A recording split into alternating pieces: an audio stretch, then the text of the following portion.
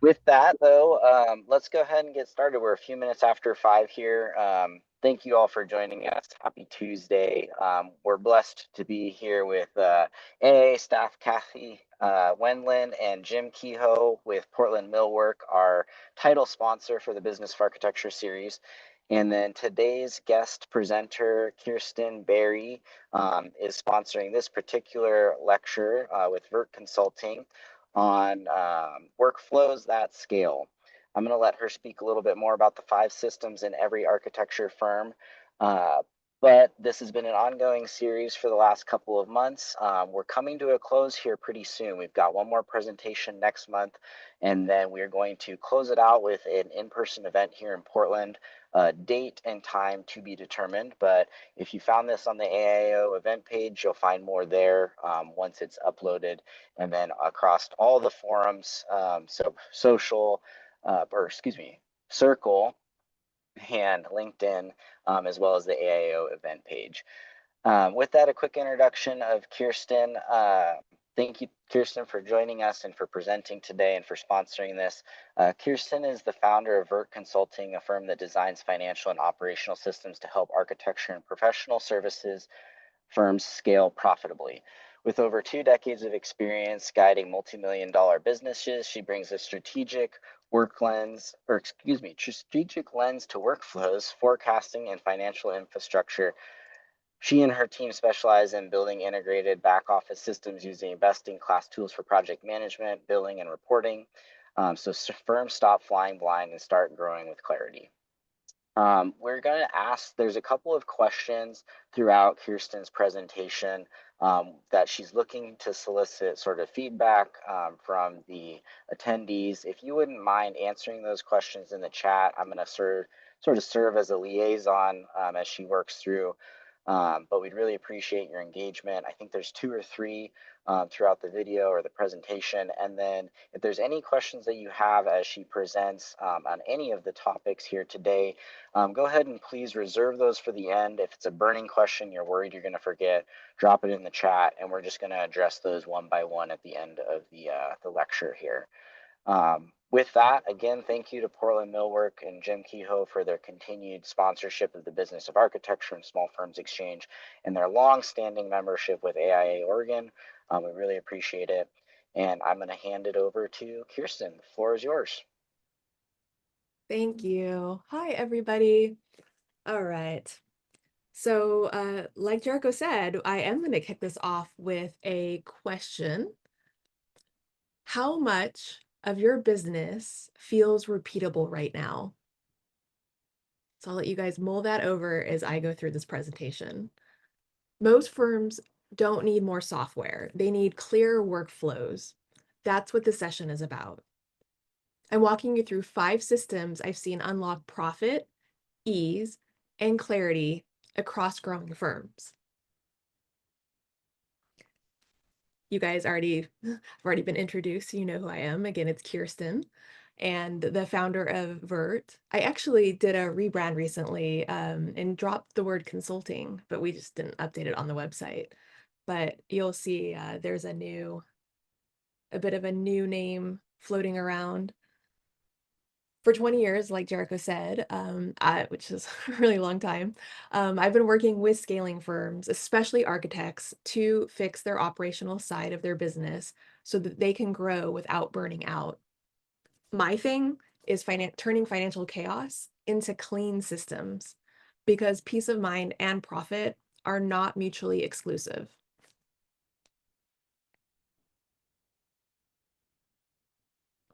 What we're covering today isn't revolutionary.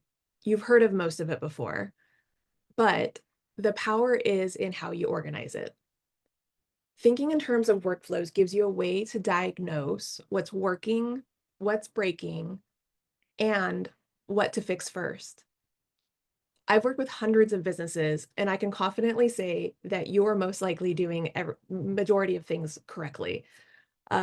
I just want to hope that that's reassuring as we start going into this presentation. I know sometimes it can feel frustrating in your business and you think that you're doing everything wrong, but really you're probably doing 99% of the things right. And we're just going to cover a different way to look at it and some things that you can hone in to fix.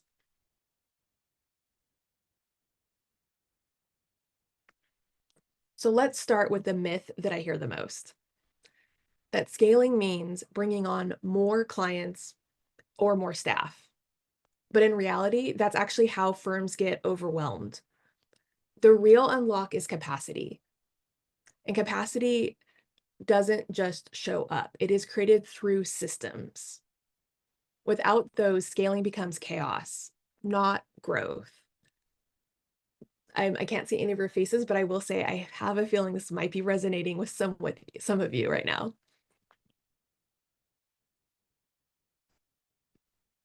The overview of 5 key workflows. So these 5 key workflows shouldn't be brand new to you, but viewing them as distinct interlocking systems, that might shift things.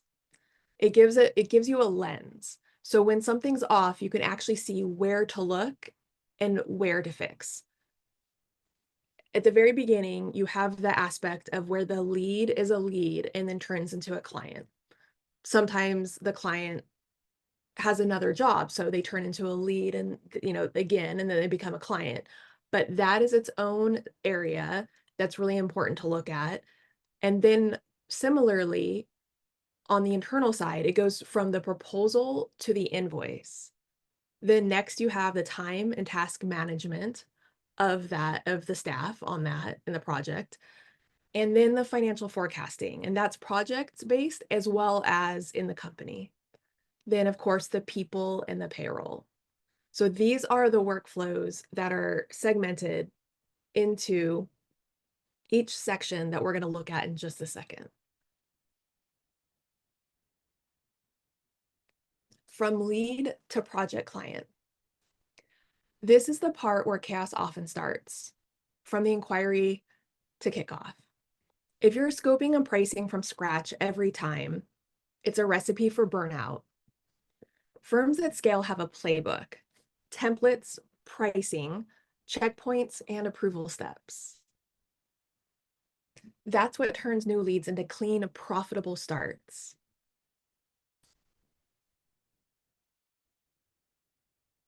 Next is the proposal to invoice.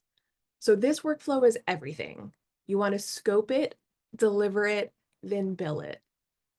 If these 3 aren't aligned, you end up overworked and underpaid. The fix?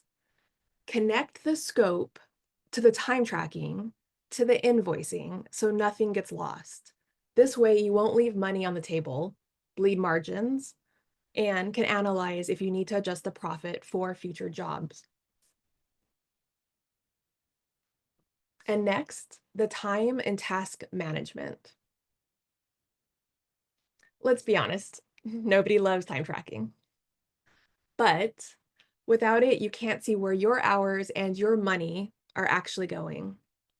Whether it's for billing or internal visibility, the key is clarity. Who's doing what, when, and how long it's taking. This isn't micromanagement, it's measurement. Whether your team is billing hourly or just tracking for internal visibility, you need a clear method for who's doing what and when and how it's measured. And I want to emphasize that no one likes to be micromanaged, and depending on if you ever had to have a job before running your architect firm or not, you may have experienced that. This really is to make sure that the job is profitable in what you need it to be and what you hoped it to be, as well as the profitability of the jobs overall in the company.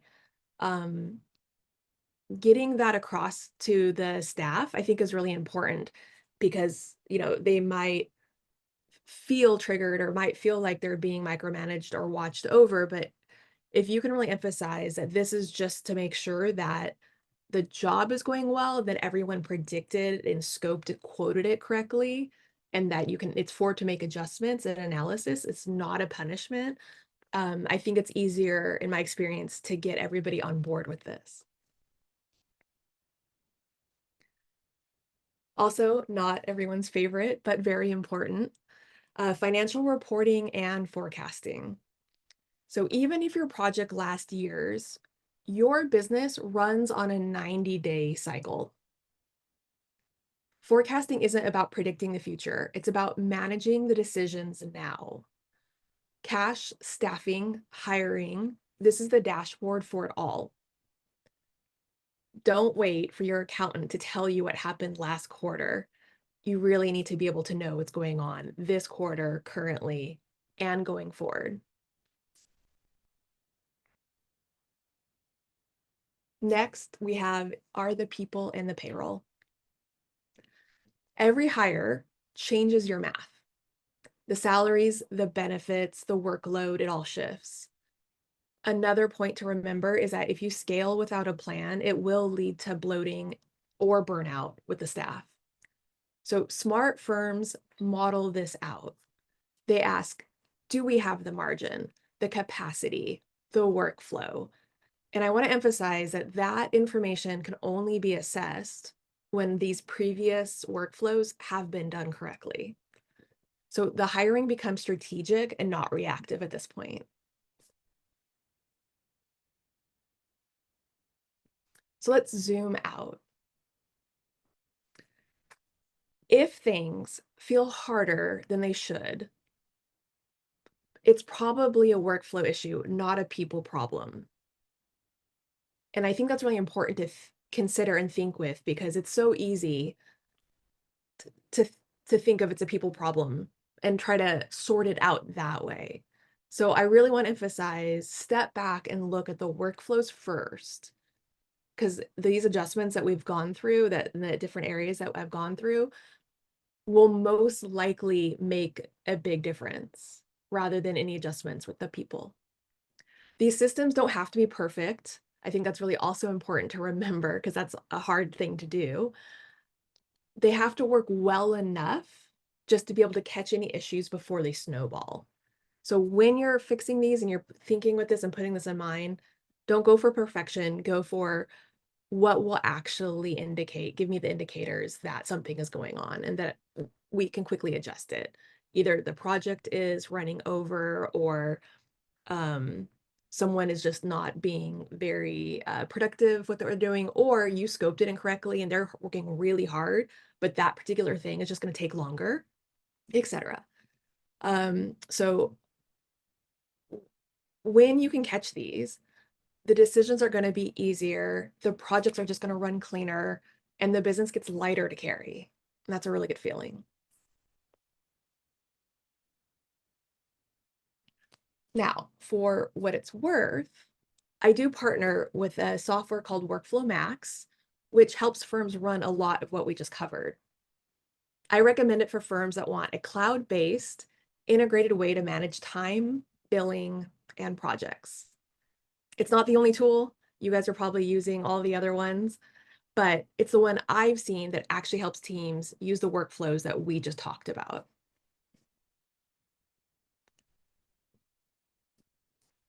If you want to try it, they gave me a code to offer you guys for a 50% off for 6 months, no commitment.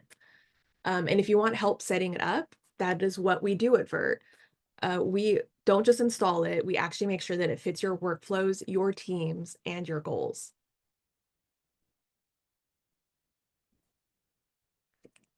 All right, hopefully this has gotten your wheels turning. Out of the 5 workflows we talked about, the lead intake, the billing, the time management, forecasting, and staffing, which one feels the heaviest in your business? That's your starting point. You don't have to fix everything at once. Just start with the one that's slowing you down the most.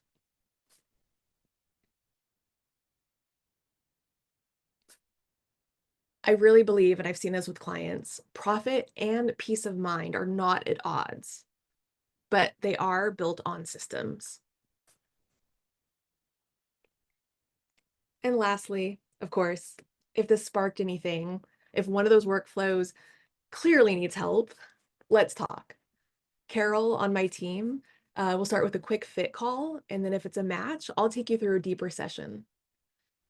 Even one fix can shift how your whole firm is working. there's a little barcode there. You can scan that if you want. That will drop you over into the company website. And I just want to thank everybody for listening and letting me go through these workflows, and we can open it up for questions. Yeah, thanks, Kirsten. I was curious, I guess, workflow max aside, or maybe you know more about that particular product, but when does it make sense to really start engaging like a software to manage the books versus running something old school? Because I know that, you know, the small firms exchange, which I'm chair of, has a lot of sole, you know, practitioners or sole um, practicing architects or, you know, engineers or whomever it may be. And you know, they might be doing 2 or 3 projects a year. Maybe it's a dozen, depending on the size or scale of the project. Does it make sense to utilize like something like this if they're by themselves, or Yes. So short answer? yes, full stop, guys. I have, again, for 20 years been working with businesses, small to medium, obviously not enterprise. They wouldn't need me. They'd have a whole team. Um, they're the software, especially the ones that I recommend, which is Zero and Workflow Max, are very, very affordable, even for just one sole practitioner. So that's not an excuse not to use them. The pricing on these is extremely affordable.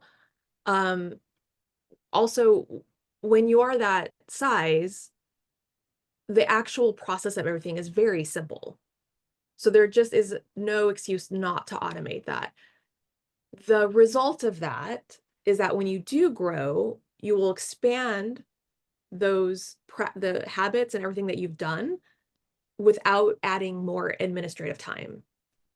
So you can actually do more, bill more, but the time you're taking to handle it increases at a small fraction. So that's what's really important, is to start it as fast as you can at when you're at the most simplest part of your business, as well as, and again, from an accounting point of view, which I hobby horse on a lot, it's going to make you handling the financials as well as your tax filing a breeze. So you won't be leaving money on the table or accidentally cooking the books or committing fraud, which, again, if you know, if it's minor, no one's going to notice or care, but that's not okay. So just having everything automated is good for, very specifically in the US, this compliance we have that not all other countries have, but like we as US businesses have to do this thing. As well as it'll help you manage the project and make sure that you are actually making a profit. Because you can, my I do a lecture, I haven't done it in a long time, but the rob Peter to pay Paul concept. So you can have a lot of cash in your accounts because you're getting cash from the current projects to pay past projects, and you're just timing it and making everybody wait in such a way that you look like you have cash. But if you really paid everybody what they're owed right away, you could be in the red. And so that means that you didn't price your project and you didn't analyze what it costs to run your business correctly. So doing the things with this software, Workflow Max and an accounting software, you can see, okay, this job, I'm going to charge this much, I make this much profit on it. This leaves me this much to pay all the bills. Everything's going to be paid for. And I'm going to repeat that and go into another project of this much profit that can then pay all the bills, and so on and so on. What happens is you start to shrink that, but you don't notice it until you suddenly have no money. But if once the time that you have no money, and I get clients coming to me, potential clients coming to me at that point, because that's the pain point. I cannot help them if they've already gone past running out of money. It sucks. So that's a long-winded answer, Jericho, but does that really emphasize the importance of it? And again, there's no excuse not to. This is very affordable. You all are very intelligent people, so you can very much manage this small aspect of this kind of stuff. That's really good. I've got a couple more questions, but I'll go ahead and open it up. I know that I saw 1 or 2 comments in the chat here. about what level of repetition they had in their workflow. Rex, I know, commented something like 75% or maybe more. I don't know if anybody else had thoughts on that or if they had questions. I can kind of see people's faces. So if you have a question, you want to raise your hand, or if you've got the capability of unmuting yourself, I think Rex did. I can add. Well, thanks, Jericho. I didn't raise my hand. Sorry, this is Rex. Floor is yours. Um, okay. First of all, I answered that because I feel on a kind of an intuition level or a fundamental level, like so many of my projects are unique, and I think that's the practice of architecture is, maybe that's the myth of architecture, is that we have so much, we have individual, we have unique, project types. But when Kirsten was talking about the workflow, the process, when you actually get to that level of our business, um, I just like filter out. Um, I'm just making the comment that I'm filtering out a lot of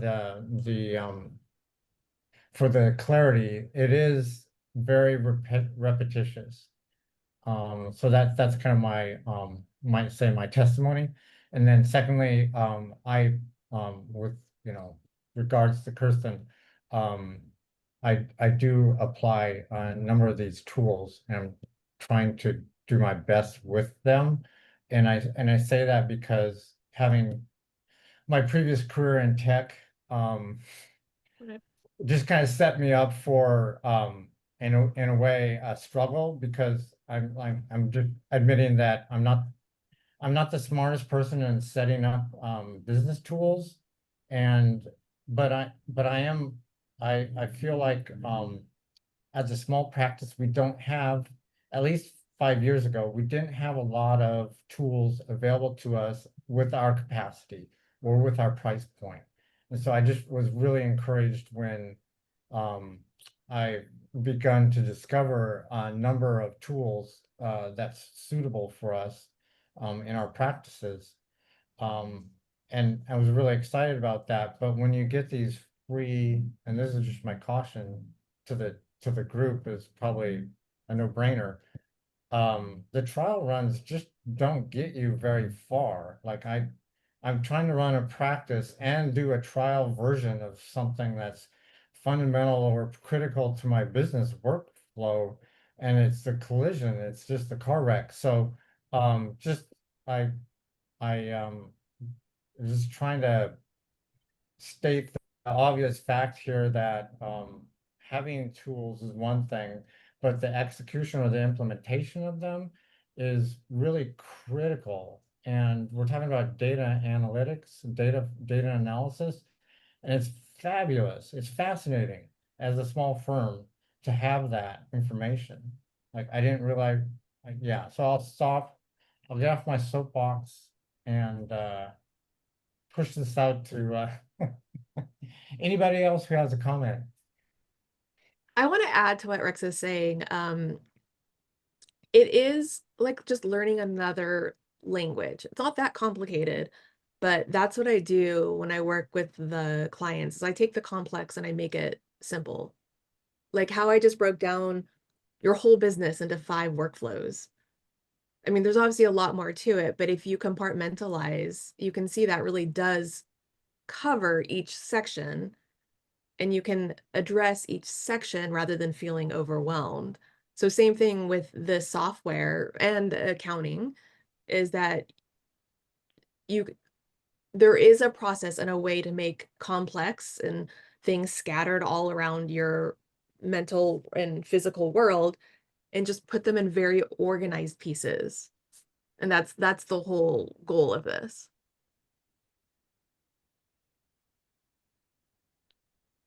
And Sounds obviously good. to make it more efficient, I less was going to admin use time.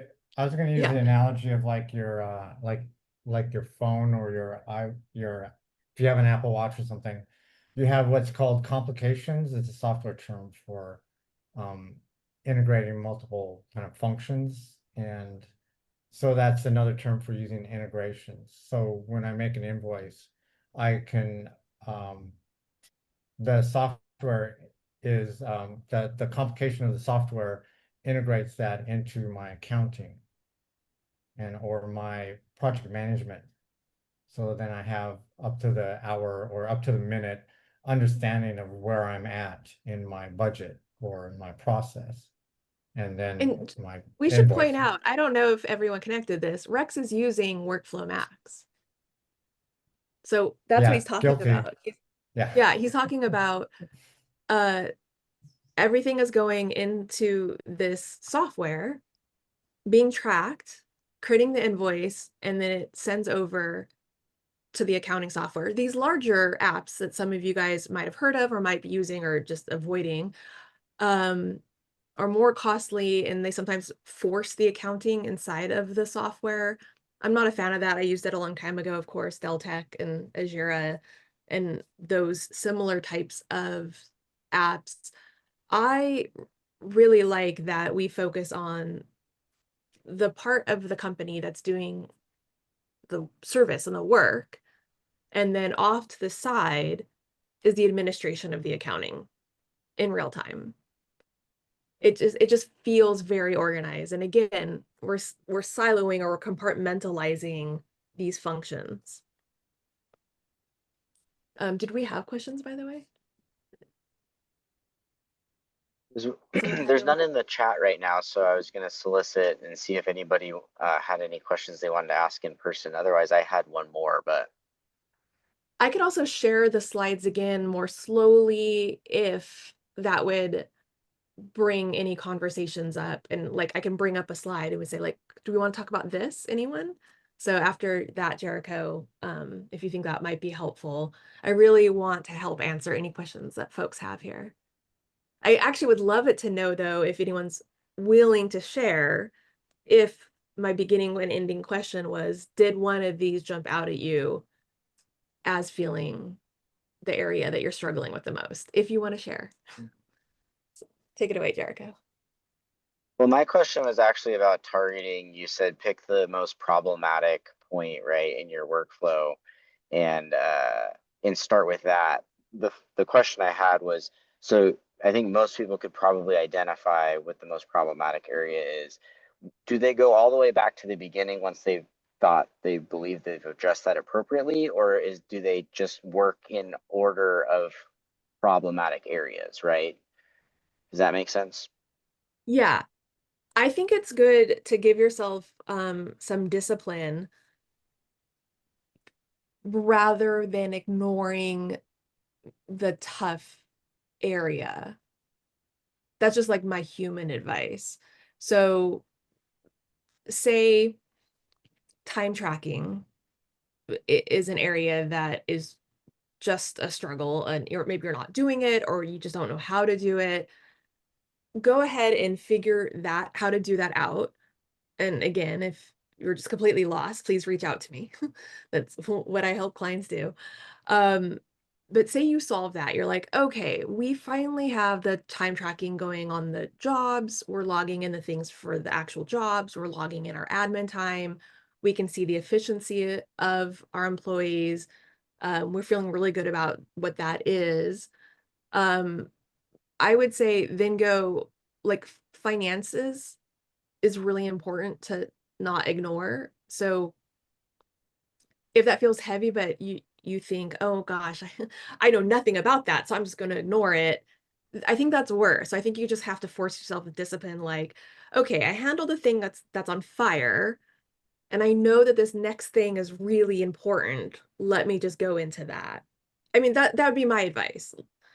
I think there's that concept of eat the frog first in the morning. Is that the right way to say it? Like the idea with some I don't even know where this came from, but it came from some kind of like probably a advisor. But do like the hard thing in the morning in your day. Get that out of the way. So I tend to be an advocate for that just in like life. Like get yourself set up to do the hard thing and do it. because it will reward you. Yeah, no, that makes sense. It sounds like start with the most difficult and work from difficulty to the easier stuff, rather than prolong, yeah, delaying any of that. There are Right. two, yeah, there are two more questions in the chat. So Sam Slack has asked, can you go into a little more detail regarding the proposal to invoice workflow and any tips to add success, through this process? Yes. So if you don't have software, I think this is where this is going to fall down. The idea in a perfect world is that someone inquires and internally, and while Rex is saying like each job is different, you may not be doing the same job over and over and over again. You can create templates and then modify the template. So you could have a template that's close in a couple different types of things that you deliver. And then you would modify that, and then you'd send that out to be the quote. There might be a bunch of back and forth. You have to make adjustments, totally normal. Once you finalize that, everything that you created on that, you then turn that into your framework as the job that you're going through. So the hard work is the initial quote, like you're mapping out what you're going to do for that client in the very beginning.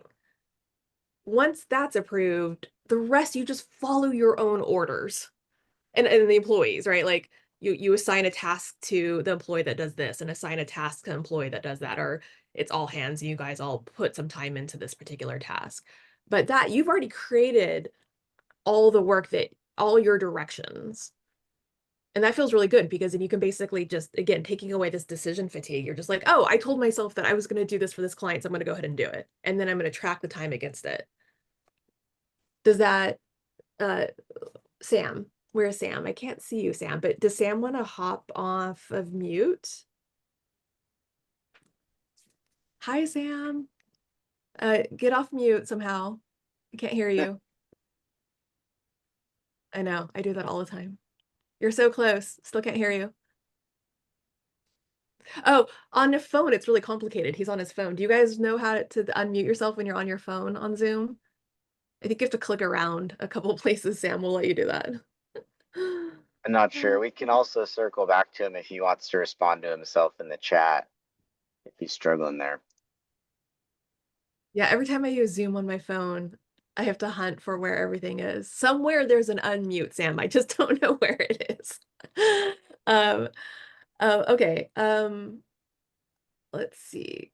Should we go to Well, Paige? he said he liked adding all the tasks in the proposal. We did have, Yeah. Paige asked a question. Oh, go ahead. Oh, I was wanting to say exactly, Sam, you got it, and hopefully everybody else. Yeah. Paige did ask a question. I'm going to elaborate on it just to throw something else in the mix. But Paige says, you asked if the other software you'd mentioned was called Zero, and then what's the difference between Zero and Workflow, and do you have a recommendation depending on who you're working with? I'm going to also add in, because Brian Donovan is added on QuickBooks, and Rex is added on, oh, he just says Zero is better than QuickBooks. So I guess the full question is, do you have one that you'd recommend more than the other, despite being a partner, or with Workflow Max, or is there particular softwares that are better for architects over engineers, or for different people at different stages of their careers within the AEC profession? So I will say, I as a personality thoughtfully vet software. So when I conclude that I like a software, it is, and I recommend it, it's because I have gone through, and with my experience that I have with softwares and integrations of software, which is very specifically necessary when you're thinking of what to use, what's called your software stack, which is your combination of apps that you're using to support your business. Um, I then feel really confident in recommending it. I also am only one person, and my company's rather small. I have a team that I work with, but like there are other software out there, project management software out there that I haven't had time to vet.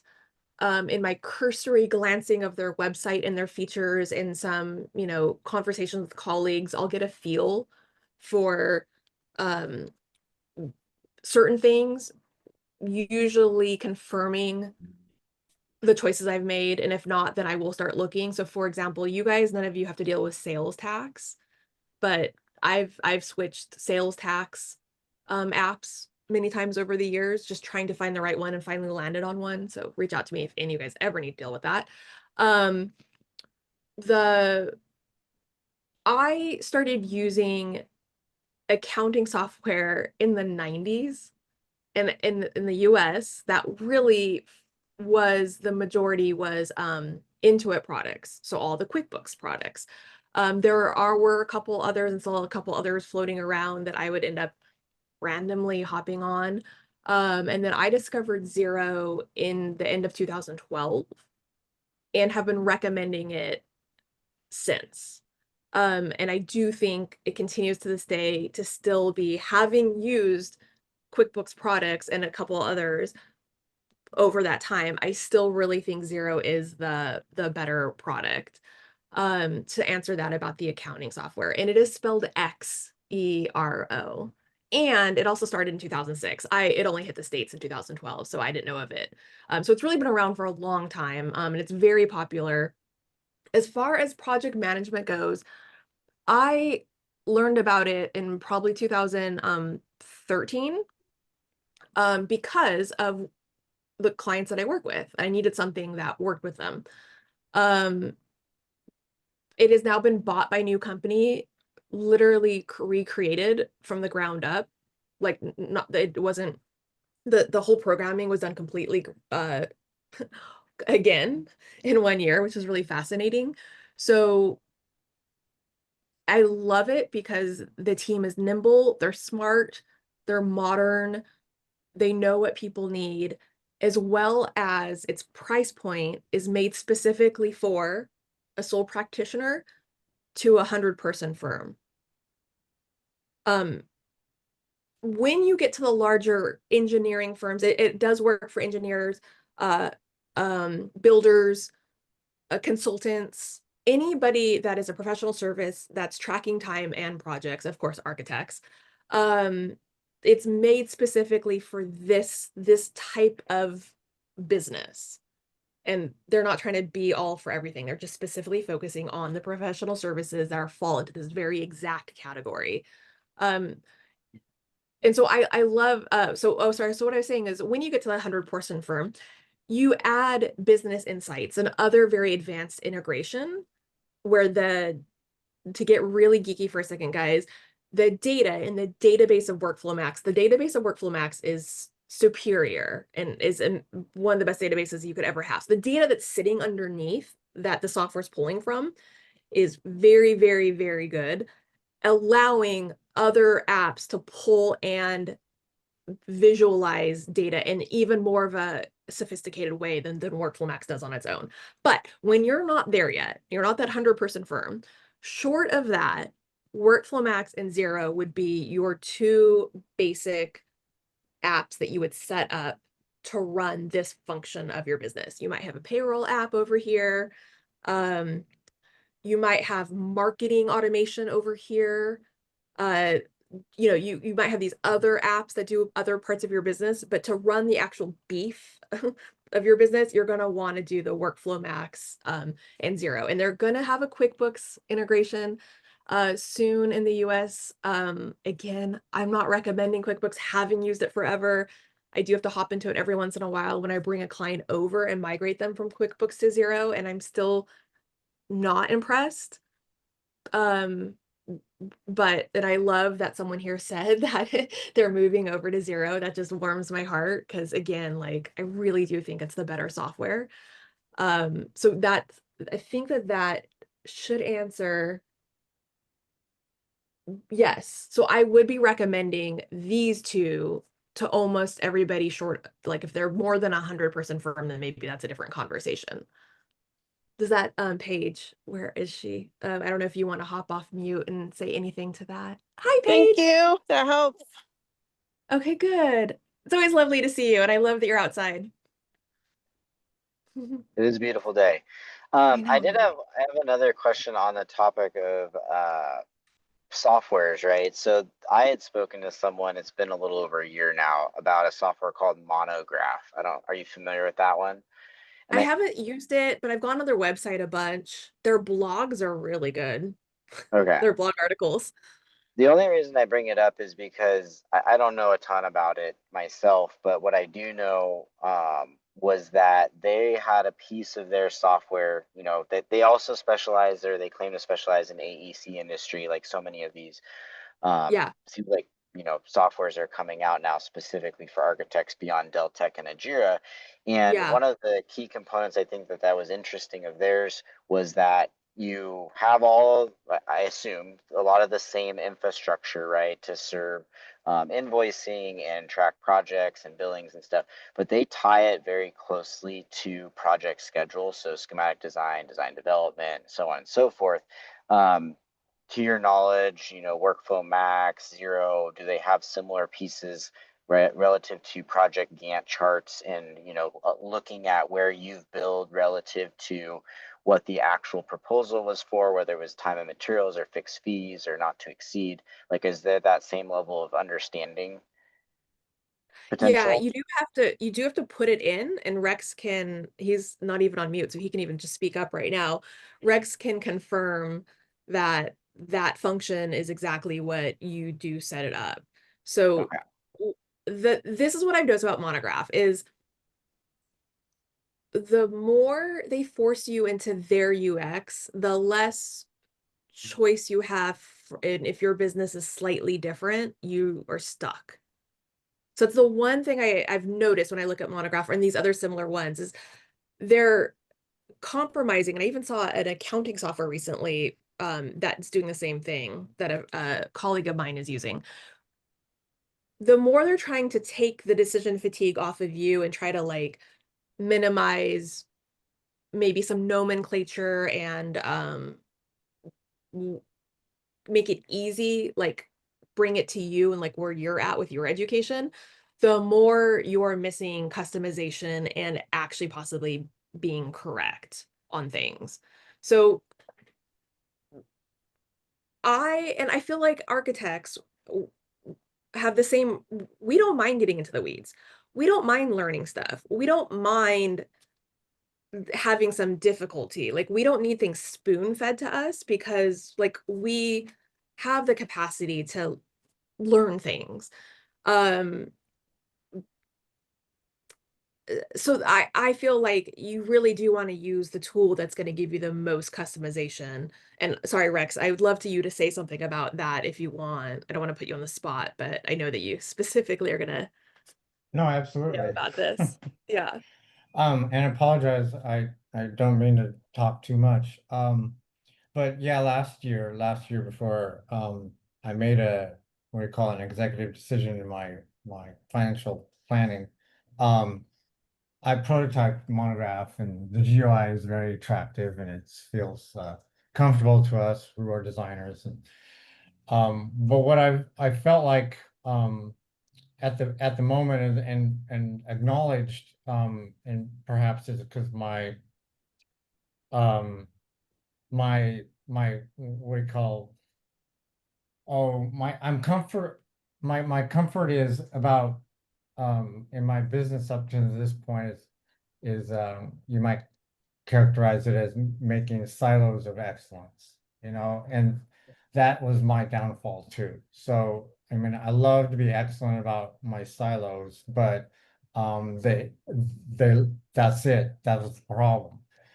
I could see that strategically, and I just wasn't smart enough to like figure out how to execute it or understand comprehensively the data, we call it the database, or the we call the kernel of the foundation of your workflow.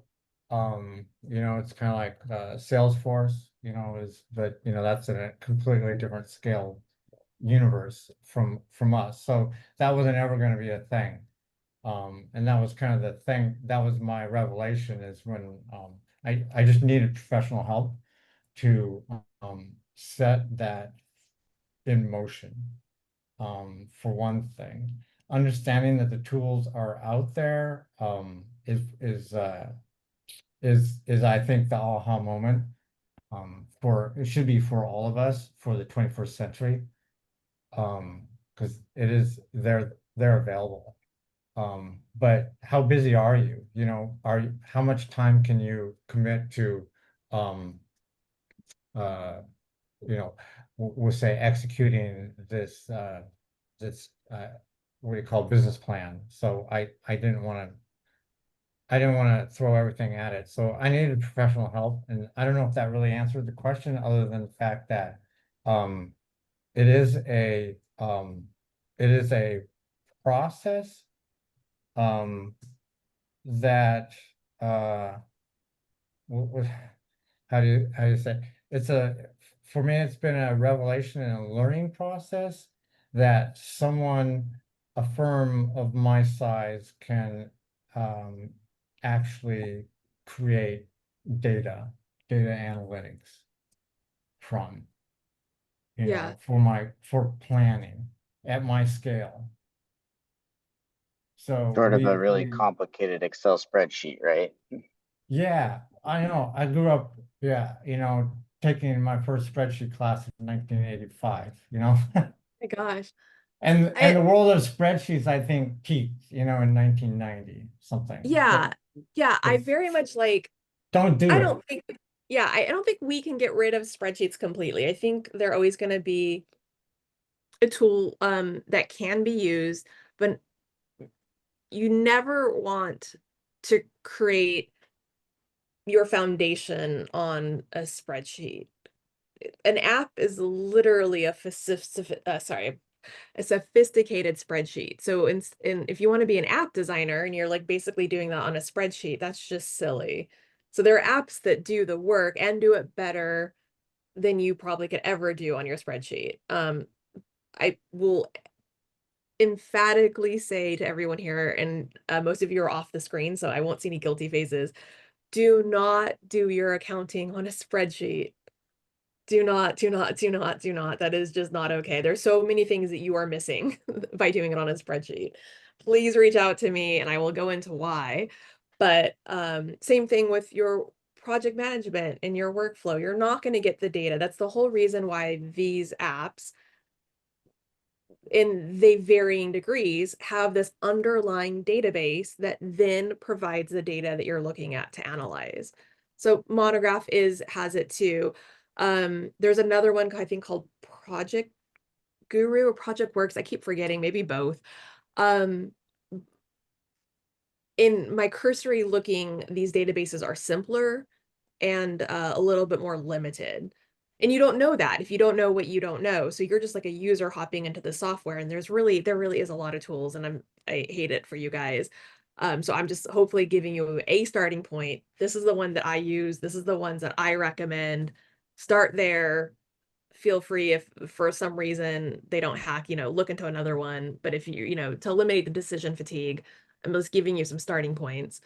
But yeah, that's what I've noticed is that uh Can you mention a sometimes little the bit? UX is just too limited. Yeah. Sorry to interrupt. But on that, can you mention a little bit about the reporting available Yes. for us So, at well, and small firms? again, yeah, again, so there's going to be like in Workflow Max, there's going to be default reports. So fine, you could just stick to that. You could just be like, hey, I'm really curious about how this job is doing, or I'm really curious about how the staff is doing, or the receivables, or the very standard reports. There's dozens and dozens of them. Or if you're feeling really clever with a glass of wine on a Friday night, you can customize reports and be like, I really want to see this very specific thing that applies to my interest or my company. And then you create these custom reports with all the data points. So I have other clients that do that have been using Workflow Max for a long time. So I have clients that I helped on with the old version of Workflow Max move over to the new version of Workflow Max. So this app has actually been around for a long time. There was just a year ago, it got completely rebuilt by a new company, and then the brand was sold to the new company. But yeah, everyone from the old ones have migrated over to the new version of that. Also, That's what you're thinking, Rex, about the yeah, customized reports? yeah, thanks. And do you have any like forecasting, or do you see how we'll just, it's a misnomer, but AI like Is are AI these coming to Workflow are Max? these kind of Yes. functionalities like gonna help Oh, us? Are they what do you gonna mean? be integrated into our tools, and is The that AI part, trending? or Yeah, wait, yeah. I don't know. All I know is that Workflow Max has they love AI as a company and as staff members there. So they have an internal LLM, and they have plans to have it Workflow Max have AI going forward. I know that some of the new project management startups that have been heavily funded with VC companies have AI promotion. I don't know. I haven't seen any of them become really extensive, but it definitely is the future, is to have an AI component to your software where you could ask it, hey, what's on deck for me? What's my receivables? What's my blah? Like you can ask it questions and it's going to spit information out. It might even get so much that it, depending on who programs it, it volunteers information to you. Like, hey, your employees are not being very efficient. Do you need to check in on that? Or this job is coming up due and you're not done with it. What's going on there? Like the AI can actually do that kind of stuff, but I'm not privy to like Workflow Max's internal plans. But yes, if you guys are excited about that, but most people are scared of AI, so I might just want to stop talking about that. I just have one more question and then maybe we can do some closing comments. So for people who have little to no engagement with these softwares, or for people who have spent the last number of years, I mean, maybe using QuickBooks and they know it well enough to be good enough, but maybe not truly effective, like what would you say someone should be spending? Because there's a comment here from Jeffrey on keeping what he referred to as bean counting to a minimum, and trying to basically have less than 3% of his time be this piece, right? He wants to be a practicing professional doing design work, and to keep the the business side of it, I guess, as little as possible. What should people be spending, or how long should they anticipate to truly become competent, right? I mean, like as architects and engineers, we have far enough complicated software that it could take years to master. I don't think anybody wants to spend years mastering some of this. Is it a 30-day learning curve and you're effective? Is it 2 or 3 day tutorial with the help of a staff member? Is it going to take 3 years and you've got to spend a lot of time building out your books and your specific algorithms? What's that look like? Well, I have my most common basic scope down to 6 weeks. So I run 6-week cohorts to get people started. They have to start week one. They can't like have a discovery call on week one. We need to have them sorted out and ready to go for week one. But I actually have it segmented into them being up and going in 6 weeks. If they are more complicated, that could take longer on a case-by-case basis. But the reality is a straightforward firm, 10 staff members could be sorted out on 6 weeks. I will say, in regards to what Jeffrey's saying, no matter what accounting app you're using, yes, I definitely love that this is being automated. And I definitely agree with your thinking with your billable time and your non-billable time, billable staff and non-billable staff. So that's what he's referring to, is he wants to have as much of his time billable because that's the money that comes in. So that is part of what all of this is you definitely are going to use these as tools so that most of the productivity and the hours you're spending during the day is actually resulting in money coming in. But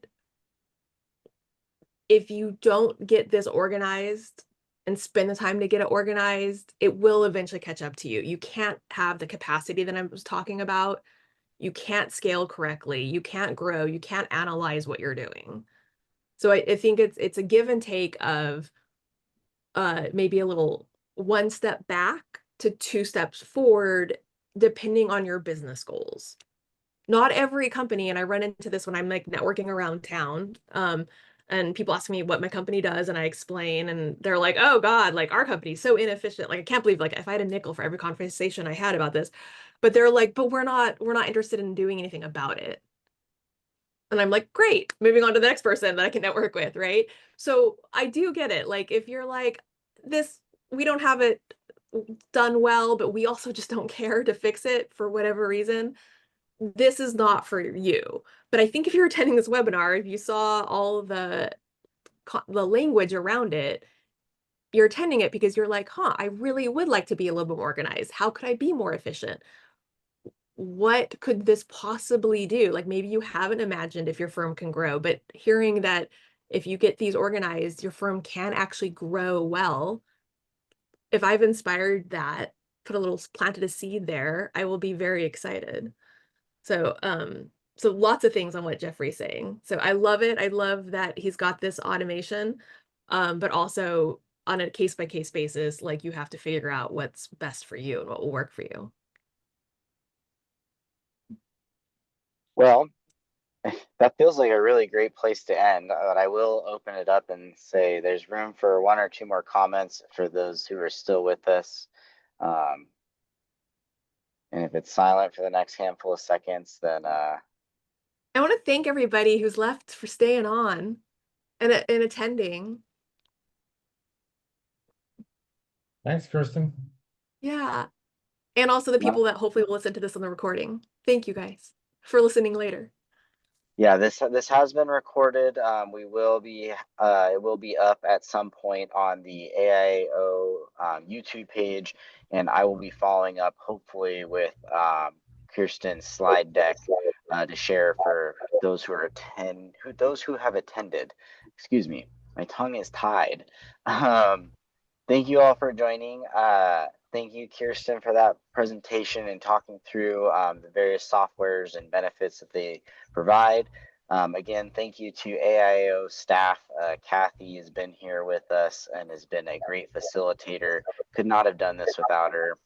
She's here at 6 o'clock at night on a Tuesday.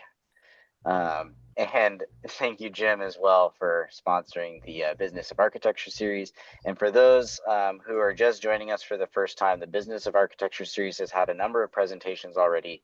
Those are available on the AIO YouTube page if you'd like to go back and look at them. And we have one more presentation coming up next month, so stay tuned for that. We're excited to have that concluding presentation virtually here, and then we will have an in-person event either at the end of September or early October. We've not quite landed on a date yet, and it looks like Kathy was kind enough to post the next event in the chat for me because I couldn't remember the date. So please go register for that. Thank you all for joining us. Have a great rest of your Tuesday, and I hope to see you at the Small Firms Exchange Coffee Hour tomorrow morning, 9 a.m. Thanks, Jericho. Thanks, everyone. Thanks, everybody.